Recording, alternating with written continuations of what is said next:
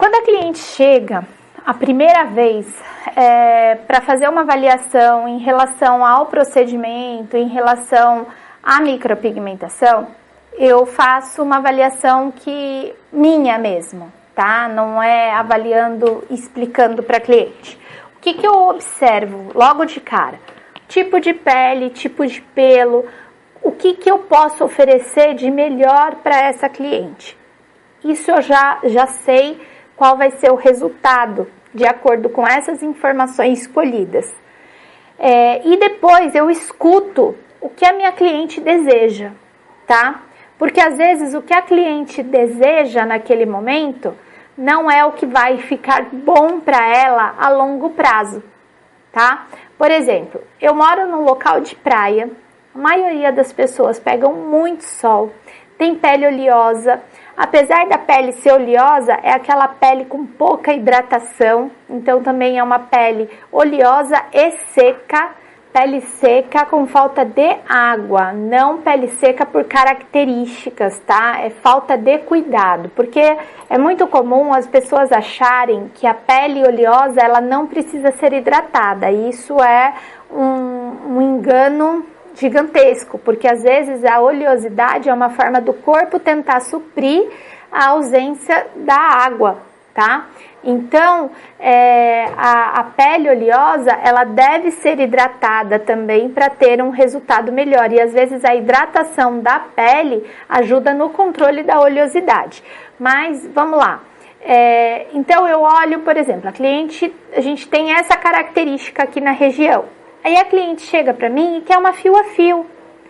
Eu sei que o procedimento de fio a fio, numa pele oleosa, vai durar nada. E aí eu vou ter que explicar isso para a cliente.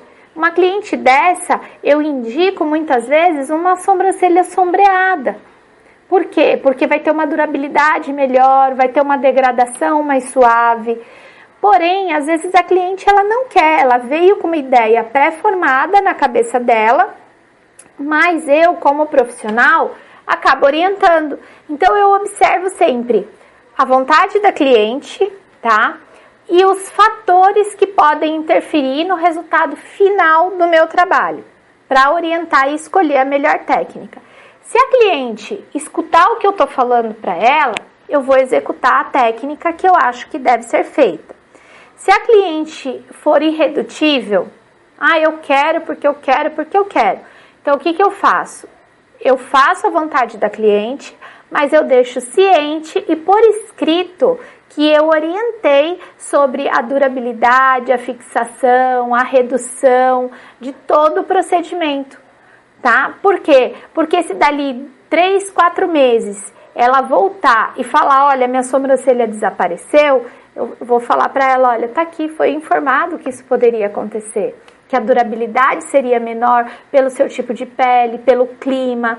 Ou então, às vezes a cliente no retoque, ela viu que não durou nada, né? Ela já volta e fala assim, olha, eu pensei melhor, agora eu vou fazer a sua sugestão.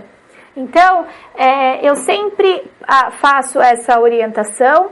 Eu, às vezes, me baseio dentro do que a cliente quer. Claro que se não for nada absurdamente impossível de se fazer, eu faço, mas já orientando sobre as possíveis coisas que podem acontecer e não ser favorável para o resultado a longo prazo, tá?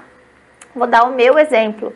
A primeira vez que eu fiz a minha micropigmentação, eu fiz uma fio a fio. Meus fios, minha pele é extremamente oleosa, meus fios expandiram praticamente todos e depois os retoques foram feitos todos em esfumadas, tá? Então eu tinha sobrancelha, minha sobrancelha hoje é esfumada.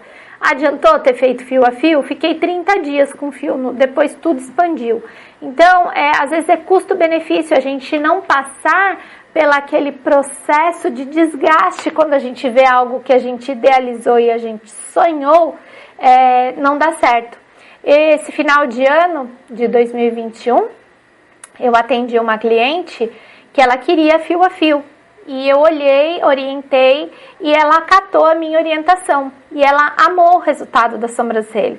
Porque a maioria das clientes, elas têm um pouco de medo das sobrancelhas esfumadinhas, porque a gente tem aquela antiga ideia de que ia ficar parecendo uma fita isolante, né? Ia ficar um procedimento pesado, um procedimento carregado, e não é isso que acontece. Fica um procedimento leve, lindo, suave, com um processo cicatricial fantástico. Então, tudo isso é vantagem para nós profissionais.